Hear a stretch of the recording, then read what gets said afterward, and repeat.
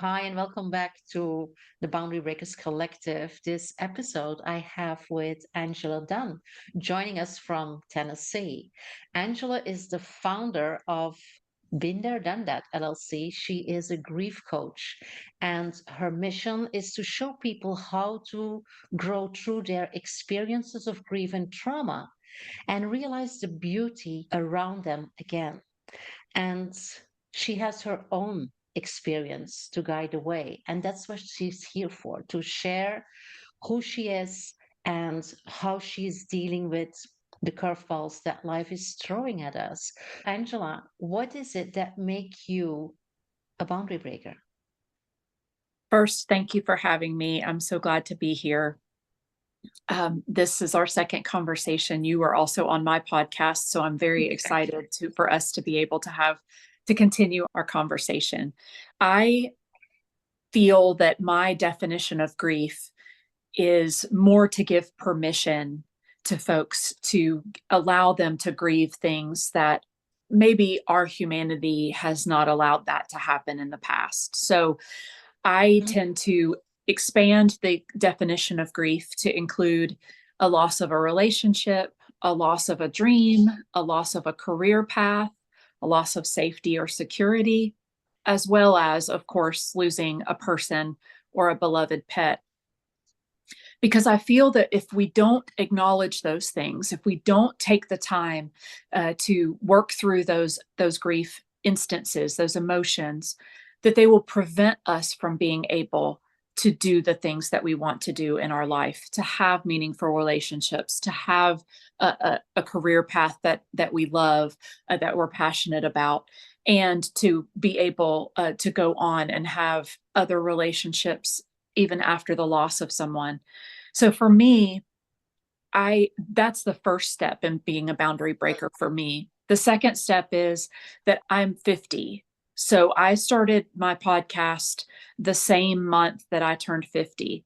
And I feel like we don't, again, as women, we don't give each other permission as well to take a chance, to take a risk, to jump into something that really is exciting to us. And for me, this I really truly feel led that this podcast is going to really help the audience, your audience, my audience, everybody's audience by default.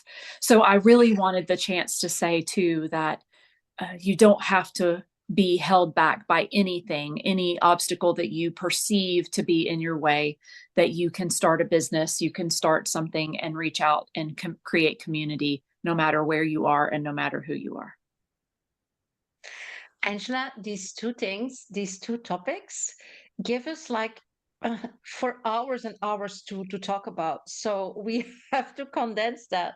I will start with the first thing you say about grief and how we can talk about this concept of grief in a lot more events than we traditionally do. Because, like you say, mainly grief, we talk about grief when we lose a dear friend or a partner or a family member or pets. But there's many other things that we have to let go. And you mentioned, for example, a job loss or a bankruptcy in a business or things like that. And there's a lot of grief involved there as well. And yet, what we see or what we perceive or how we translate it is failure very often, which is a completely different concept also to process and to deal with, to communicate about, to find support and sponsorship.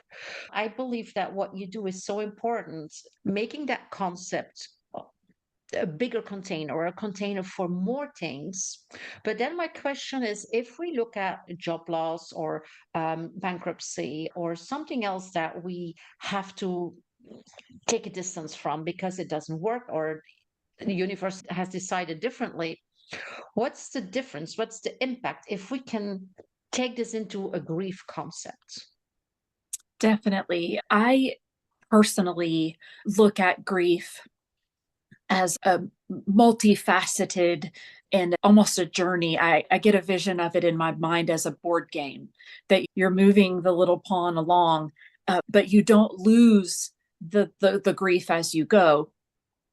What I see happening, especially when it comes to um, a dream or a hope, or I don't like to use the word expectation, but that's so commonly used. I'm going to go ahead and use it in this instance, that those things that we tie to our identity are the things that we hold on to harder, stronger. And that our job, especially for women, because we have not always been allowed to do that. We have not always been allowed to leave the home and go and do a career path, to get a degree and to do something with it. Now, to have those moments when those are disconnected in some way, to your point, whether that be our choice or someone else's choice, I think it's so important that we dig into who we really are, that it's not about the things that we perform and put out to other people in the case of a job, or even in a relationship, what we provide in a relationship. That's hard to do as a mother, as you and I have already spoken about. But it manifests itself in saying, if I don't have this job, I don't look like this to the world.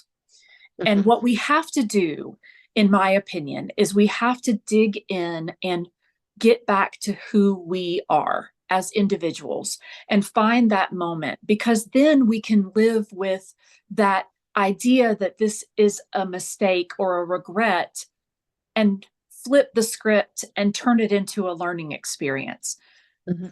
All of what we learned in that experience, no matter how long that career, job, whatever that thing looked like, bankruptcy in a business, as what you brought up as your point, all of those things teach us something, and they're there for our ultimate good, which I know is one of the things that you speak about so passionately. And if we are able to get back to a point where we can say, I know who I am, this change does not affect who I am, and I can learn from whatever happened, then that's success. That is the idea of being able to take that information and change it into something else. Do I even want to keep doing this anymore? Do I want to keep doing this job? Is this bankruptcy an idea that I need to change my business strategy, that I need to look at something else? What I think being able to get to that foundation does is it gives us the permission to turn around and be open again, to brainstorm, to problem solve, to think more creatively. Yeah, absolutely. And basically, there's also like the bridge already to the second element of your boundary breaking framework that you brought, that is, our identity is in many options. We see ourselves the way others see us. We do and organize ourselves, and we show up in ways that is expected from us. We take on roles that are like historically or culturally or socially put on our shoulders, especially as women. And then what you say is that we have to go internally. It is about our internal framework of who we are, of what is relevant for us, of what we stand for. And that is the most important thing, not what others are expecting from us or telling us to do, or what the system is telling us to do. And then you were talking about you being 50 and starting your podcast and having this new adventure. Again, this is basically based on who you are and how you want to show up and what you want to bring to the world. And I know you turned 50. I will turn 60 very shortly. And there again, there's like this perception or this idea that then it's time to start thinking how you will end your career or your professional activity. When I have that conversation with people, I say, no way. Why would I think of that? Because I'm like in the middle of a mission, and I have this drive and energy to do something and to have impact and to do meaningful things. And probably in 5 or 10 years it might be differently, but I still will be doing things because it is about relevance. And so age is not a age is not a factor in that. It It is really about who isn't. we are. There again, we don't lose there, right? I totally agree. And what I think is fascinating about it is there's this idea that at a certain point, we can no longer contribute somehow. And that, Can you imagine? yes, and that's what I think is so wonderful, is that I spent so long in my early years catering to, conforming, doing those things that we thought I thought I needed to do societally, culturally. And now I don't feel that is the case anymore. So now I have a different energy and a different perspective that I can bring to the table. And I've always been a storyteller. So I feel like that just fits naturally into having a podcast and having conversations and connections with people this way. But that Yeah. the main piece of it is that we're breaking the boundary just by saying there is no timeline on this. I could be 95, and if I still have energy and want to tackle figuring out how to edit a podcast, then I'm going to do that. So it really is about making that decision for yourself and understanding that the thing that's holding you back may be you. Yeah, absolutely. The thing that is holding us back is most probably us. I believe that there's several things I see. I'm very interested to hear your opinion about that. There's either you just live the life that is expected from you, or you just don't think about it. You just are in this routine, or sometimes in this rat race, or in this flow without any reflection. I would say without awareness. That's one thing. Now, I guess those people will not be listening to this episodes or to this cast. And then there's a lot of us that try to break free from the system, but then are filled with guilt because there's so much judgment, there's so much could have, should have, would have, there's so much input externally again, that even if we go our way, if we do what we really want to do, I have a very dear friend that chose for a life abroad, and she has an adult son. He's 21 and he's studying in her home country. Every time she talks with her mother says, you shouldn't have done that. You left your son alone. And there's this finger pointing and this blame and this judgment. Yeah. And finally, recently, she said, I had a conversation with my mother asking not to do that anymore because I make a choice to live my life. And I had the conversations with my son about that, and he's perfectly fine. And I'm there for him in a different way. But there's a lot of women who do that, breaking free from the boundaries and not feeling guilty about it, not feeling bad about it, and losing energy there. I think that's the art of living. I So how completely does that work agree. for you? I completely agree with you. And what I feel is the other side of the grief coin, if there is another side of the grief coin, is regret. That we grieve something that happened to us, generally speaking. We regret something that we had a say in, that we made a decision, that we moved to another country, and we look back and say, yeah, that didn't work like I wanted it to. But again, it's about the perspective that you bring to the table, right? We can choose to look at the positive, at the learning experience, at it as a taking a leap of faith, as opposed to making a mistake. And so I do feel so strongly that we have a choice in all of these things, even in a grief situation, on how we can think about things, how we can learn from things, how we can take those instances and be able to apply them to our own lives. But I really want to focus on the point that you made about just going through the motions. It's one of my deepest fears to be complacent. And I truly feel that if you're standing still, you're dying. If you're not growing, you're dying. The old Tony Robbins concept, and I'm sure lots of other people have said it too, but I particularly attribute it to him, that we are beings. We are human beings.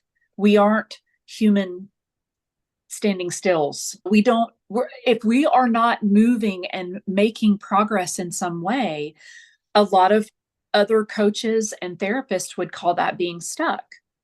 And so when we feel stagnant, when we aren't having new ideas, when we aren't having new relationships or new community or new opportunities, it stops that thought process. It stops us from thinking in a positive way or even trying to do something positive.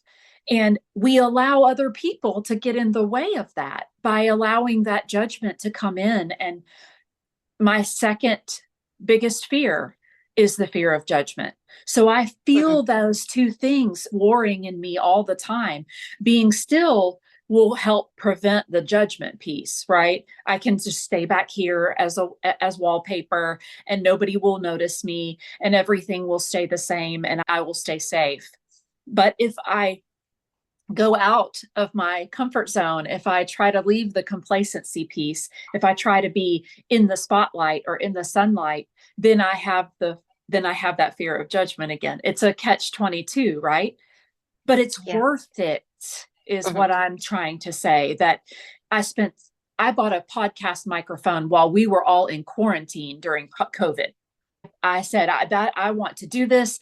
I want to tell my story. I want others to be able to have a safe place to tell their stories. And I want to be able to do this. And then I sat on it for 4 years. So it doesn't happen all at once. We all want the instant relief, right? We all want to complete the equation and say, yeah, good. I washed my hands. I'm all done with that now. I can move on. But that's not how life works. And the emotions are still there, but they don't have to define us. They don't have to define every decision that we make. We don't have to allow that to be our entire story. It's part of our story and it's part of what we learn from. Absolutely. It doesn't happen instantly and it's not linear. Because you were saying about grief, you were making that metaphor of the game board. And I was thinking, yes, and sometimes you have to go back to start. It's just this is how life is. This is just how life is. And when you're talking about the story that, especially for regret and the stories that we tell us, because you say you're a storyteller, and actually we are all storytellers, but most of us keep those stories in our head. We just and ruminate them and repeat them, especially in regret and in frustration and irritation. And something that works very good for me and that I also do with my clients is rewriting our stories. And because even if we get to expressing those stories, it turns out very often to be negative. The regret and the blame and the finger pointing and the being very critical for yourself or inner critic. And so what we can do, and this is something that everybody, also you here listening or watching this episode, is you can write that story down. The story that you have about a relationship that didn't work, or about a job that you lost, or about whatever that you consider as something that you grieve or that you feel as a failure. Write it down and then take another sheet of paper, put it next to it, and write the positive things. Because even if you are stepped out of a relationship or a relationship has ended, and you are full of all these negative things and the bad things that happened and what they did to you and things like that, you stepped into that relationship. Either it is friendship, or it could be like a family relationship that you were just born into, or a love relationship. You stepped into that relationship for a reason, not for family. But even there's a lot of positive things there too. Sometimes we have children with somebody that, and then hear the stories about them, and we say, this cannot be the only story. There's other stories. Write these stories as well, like the positive stories, the things that we've learned, the things that we have gained, that we have won in that relationship, the beauty that was there, also the joy that was there. And then merge those stories to have a more balanced, harmonious story where not everything is black, and especially also not everything is white, but where it is like all the shades of gray that we know in life. And you rewrite and you create a different story that basically, when it finds a place in your head and in your heart, will also impact you differently, and also impact the way that you look at next relationships or next partnerships in a company or a next job, because it's not so unicolored. Does that make sense, Angela? Do I? 100%. And when you said it's not unicolored, that is exactly the picture I got in my head as you were describing this. I don't know if you know who Dolly Parton is, but one of her famous stories is about her mother sewing her a coat of many colors, where she took patchwork from different pieces of fabric and she made a coat out of it for Dolly. And she didn't like it at first because it was a hand me down and it was made with rags and all these things. But the point is that there's a story in each of those pieces of fabric in our lives, and we choose whether to look at the fabric negatively or positively. We're choosing that all the time. And it's about practice, right? Like we were just saying, it's not immediate. We don't just decide, okay, from now on, I'm going to think positively about all the things that happened to me, right? It doesn't work that way, but it does work to create a practice around it and to say, I'm not going to allow that to define my decisions. I'm not going to allow that regret, that mistake, that grief, that trauma, whatever that thing looks like for you. I'm not going to allow that to be the thing that defines who I am. And you grow with every stumble, right? We did as babies when we're learning how to walk in the first place. We fall down thousands of times, but we don't stop getting back up because we're instinctively made to move. So we just have to keep in mind that while we may be in the worst of it right now, this is a very acute pain. We just lost the wonderful job, or we just lost the relationship or the person. That this isn't forever. This emotion that we're feeling right now is not forever, even though it feels like forever. So if we can give ourselves a little bit of time to think about the times that we were happy and allow ourselves to work through it. To your point earlier about the path being not linear most of the time, if we take the shorter path and work through the emotions, it'll be a much quicker process. And then we don't have to build all the stories around it. I really loved what you were saying about that, because we do that so easily. Most of the time, the fear that we have, what I'm learning from my guests and especially from you, is that what we do with the stories, or what we think we perceive as the thing that happened to us, is our own story around it. It's not the actual thing. The actual thing didn't hurt nearly as badly as the story that we just keep replaying and replaying in our head and ruminate on it. So it is an opportunity, I think, for us to make an effort on our own behalf, on our family's behalf, on any of our relationships and any jobs that we have now. Whatever we want our future to look like, it's imperative that we are able to reframe those moments and be able to move through them. Yeah. Absolutely. I love what you say there. And because you said that basically these stories or these events do not define the choices we make, and they do not define who we are. Then, of course, if we have lived for a long time, allowing these stories to defining those things. And so you work on a different approach there, then of course it is okay. What's my guide? What's my compass to make the decisions?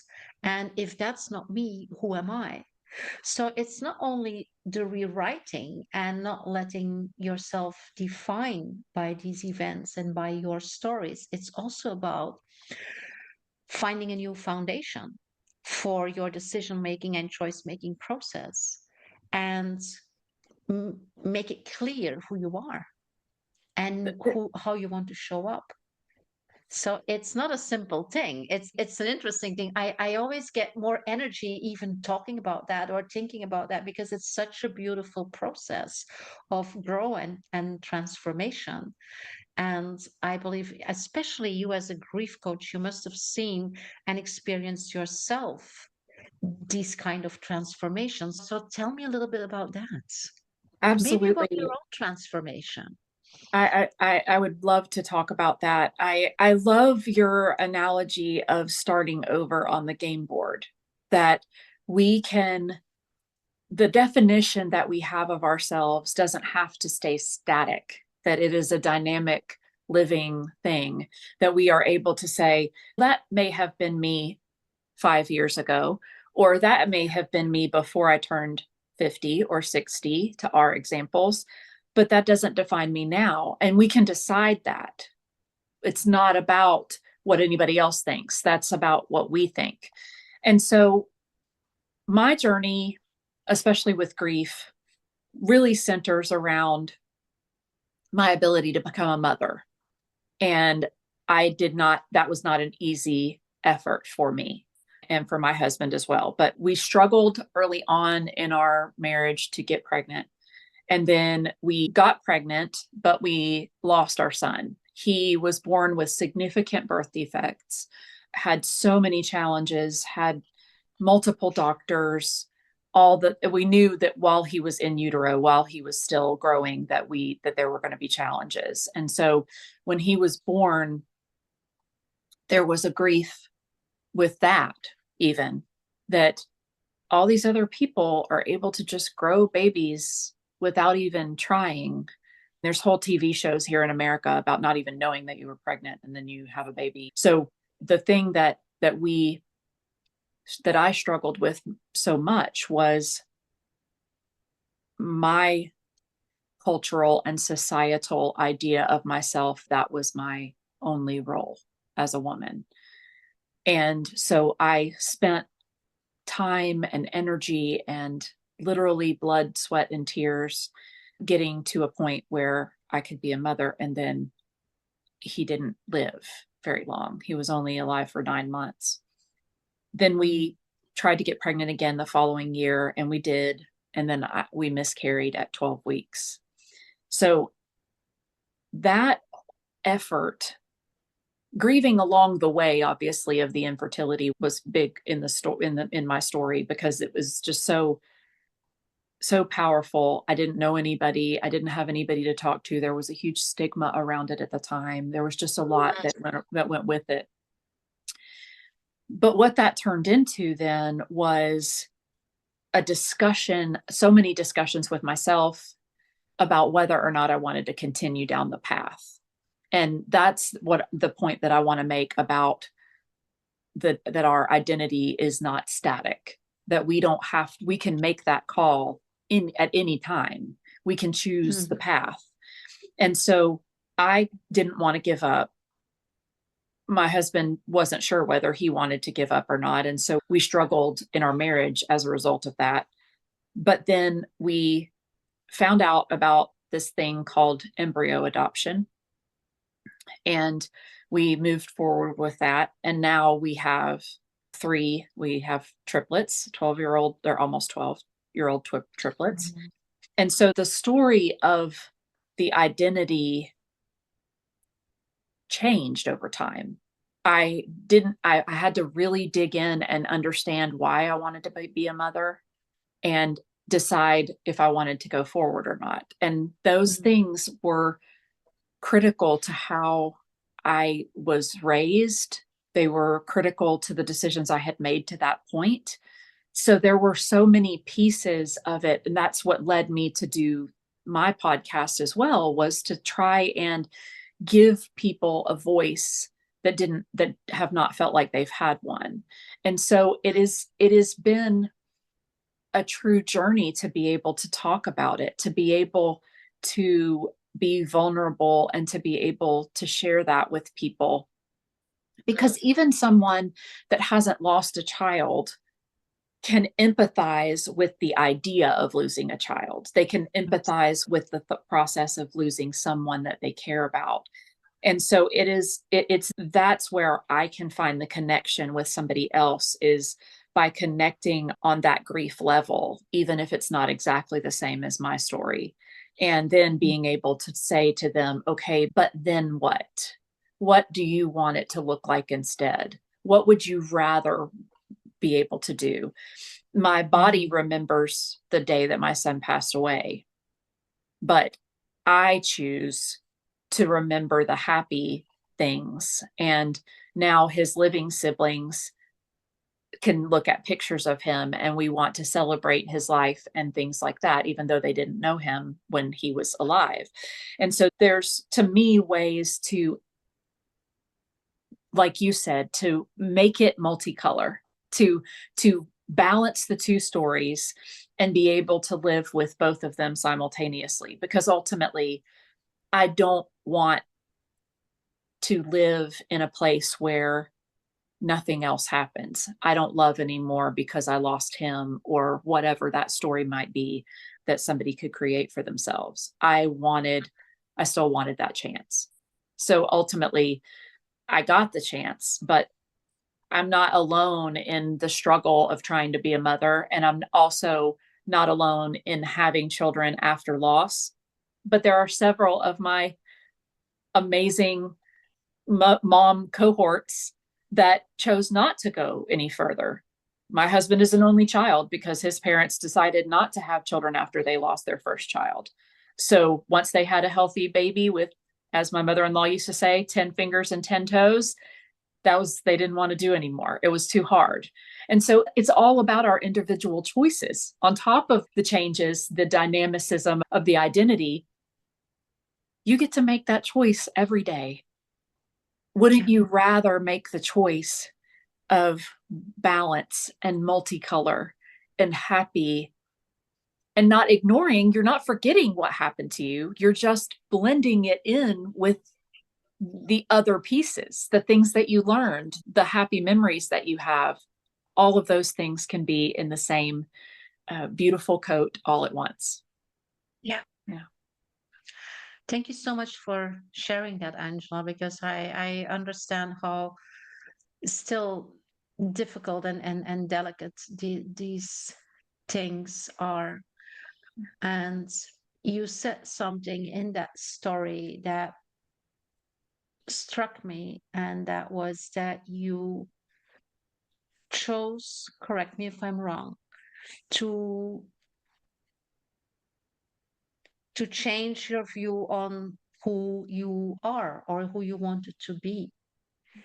And the reason why I bring that up is that we once again, for fear of judgment, for fear of people criticizing us or self-criticizing, we have an ego running.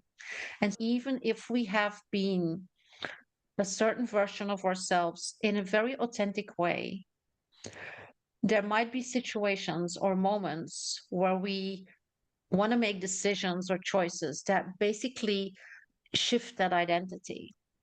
And sometimes we have our ego running, not allowing us to do that because we are afraid of what people will say. We are afraid of the unknown, of the new path that we are going on. And so basically, that is also a very important boundary breaking action where you say, okay, this was my vision on life. This was how I lived my life. This was how I showed up. And it doesn't serve me anymore because things happen or because I just changed my vision and my view on the world or on myself. And this is a new path for me. So it's like a shift, it's a transformation. Basically, that's what we call transformation. And it is so hard for so many people. And I also believe that people listening to your story might say, yeah, but you make it sound so easy. But how I'm in the middle of that grief, I'm in the middle of that loss. All I can do is cry. I feel so sad. I cannot do what you say. This is not for me. This is not possible for me. What's your advice there to how can you support and sponsor and uplift people who are in that phase of their process? I remember feeling those same emotions. And what I love to say to people, my guests and my clients, is that there is no emotion that you have or are feeling that I have also not felt or are feeling. What I'm trying to do is give you hope that you won't be in this phase forever, that this phase is worthy, this phase has value, this phase is very important, to being able to get to a place where you have hope and that you can move through. And so it's, you have to do all of it. It has to be there. But for those that want to hurry it, because that's what I find the most in my discussions with people, is that they want, I've already been doing this long enough, whether that be a judgment call from society or whether that be something that's coming from them. I've been doing this long enough.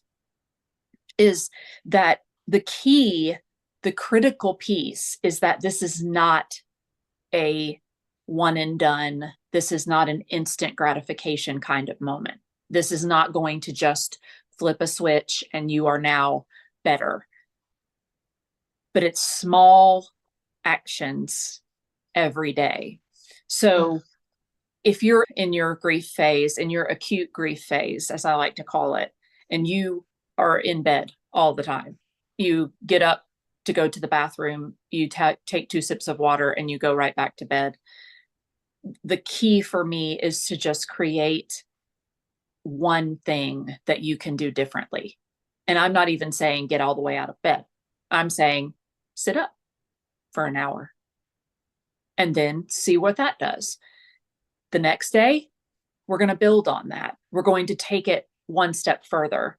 And I'm not ever going to condone getting over something ever, because that is, it's what our society tries to tell us to do, what our humanity tries to tell us to do, because it's painful right now. And I don't want to dismiss that. But again, the fastest point through the pain is straight. If we don't try to avoid and don't try to dismiss, we don't try to mask, or we don't try to numb, we will get there in a healthier way and in a more productive way. And it may take 5 years, but at least it won't take 25, because you then deviated and you went around to the back door and then you went around to the front door again. And now you're back where you started. So you never allowed it to be. Yes. And we don't give ourselves permission to do that. We don't allow those moments to have their weight. I'm not saying that, okay, I'm grieving the loss of my job and my business has gone bankrupt, so I'm going to stay in bed and not pay my mortgage because I'm in that acute grief phase. That's not what I'm saying. We still have to do the things, right? We still have to live. We still have to participate somewhat. But if we choose not to participate in the what we consider to be the not important things or the optional things in our lives, and we define those optional things, eventually we get to a point where we don't like not functioning anymore. We don't like not growing. We don't like being still. And to your point of transformation, we have to choose to evolve. Yeah. We have to make that choice and we have to do something about it. And a lot of people, especially in grief situations, don't. They're still years and years later, still making all of the extra effort that comes with creating that story. But to me, the reason that people do that is because they're afraid that if they don't do those things, they don't relive the trauma, they don't relive the moment, they don't go and visit the grave 25 times a year or even more than that they will forget. And you don't have to forget. I think that is the thing that I have learned from you the most, but also the thing that I have learned from my other guests as well, is that we can move through something and take it with us and it not be so heavy of a burden as if we are pulling it along, trying to get over it. Yeah. We are not our thoughts and we are not our feelings. They are there, but we are not. And if you can uncouple that relationship, that's not our identity, it's already different and a little bit lighter. And I know that it is everybody has their individual process, but there are universal concepts that can help everybody to go through this and to find fulfillment and to build momentum again in life and to stick with the beautiful memories and the beauty of whatever there was and that is not there anymore, and open doors for other beauty, because there's an abundance of beauty and joy in the universe. It's just opening our doors, opening our hearts for that. And I think that Wonderful. those little actions then give you the awareness or set your intention or create that new identity, the new pattern that you want to create. And that's a beautiful thing because that is creation, that is Yeah. action. And it is so beautiful when that can happen. And you may not be ready for that moment, but you will be. So the more that you think about what you might want that to look like, the more that hope will start to grow and evolve and bloom and become something that you can hold on to until you're ready. Yeah. Absolutely. Beautiful. Angela, if people want to connect with you, what is the easiest way to get in touch with you? My website is donethatpodcast.com. It's the Dun is spelled D-U-N, like my name. So I'm playing on the word D-O-N-E, but it's D-U-N, that podcast.com. You can contact me through there. I'm also at Done That Podcast on all the social media platforms, and you can find me there as well. Wonderful. I make sure that also this information is in the show notes so that people can reach out if they want to go deeper or have a conversation with you about their personal grief or grief that they are confronted with in their inner circle. So, thank you so much for being here with me, for having this amazing conversation, for bringing these nuggets of gold. I'm sure that there's so many things that we brought here and that have been like co-created in the moment that are so relevant for so many of us. So thank you so much for being here, Angela. And looking forward also to hear your podcasts and to see it grow and see your audience grow, because you do an amazing and very important work. So kudos to you. Thank you so much. Thank you. I really enjoyed being here. Thank you. Wonderful. And for everybody listening, if you want to get in touch with Angela, you will find all the contact information below here. Same for me. Thank you for being here. Thank you for sticking with the boundary breaking, and looking forward to being with you again next week. Bye for now. Take care.